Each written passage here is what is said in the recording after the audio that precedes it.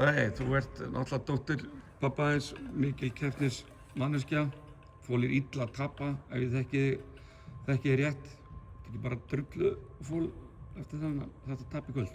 Jú, mér fannst að, við vorum bara, mér leið eins og við værum svona 20 stigmyndir, en við vorum bara 10 stigmyndir og við hefðum alveg getað, náð þessu finnst mér, sko.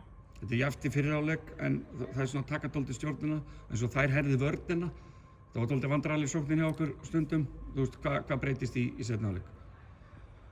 Við bara gerðum bara það sem að virkaði, en samt var sóknin ekki alveg að klikka hjá okkur og ég held að það er bara leikurinn í dag, sko. Já, og er ekki nokkuð ljóst, þið saknið eins og Ellen Nystrom, þetta er virkilega góður leikmaður, ekki, og munar ekki mikið um hana.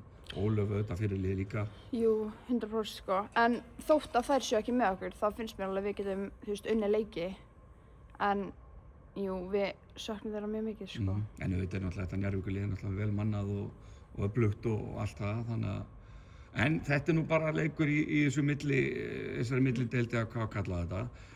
Og ég spurði þjálfarann, pabbaðinn, Lalla, þú veist, hvort er meira virði fyrir ykkur finnst þið núna að reyna allavega að tryggja heimaleikjaréttinn eða bara ná öllum heilum og koma góðu rönni inn í úrslitakeppnina? Hvernig svona sérðu það?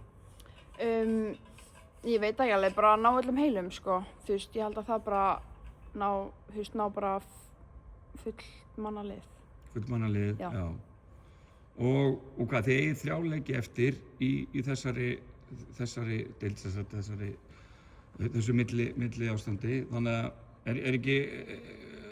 það er ekki vitilegt að fara eitthvað að spá í einhver úrslitakeppni, er það ekki? Það er bara léleg spurning hjá mér, er það ekki? Jú. Þannig að hvernig sér það bara, og þið, hvað leikur næstur hjá okkur? KR á sunnudaginn. KR á sunnudaginn. Já.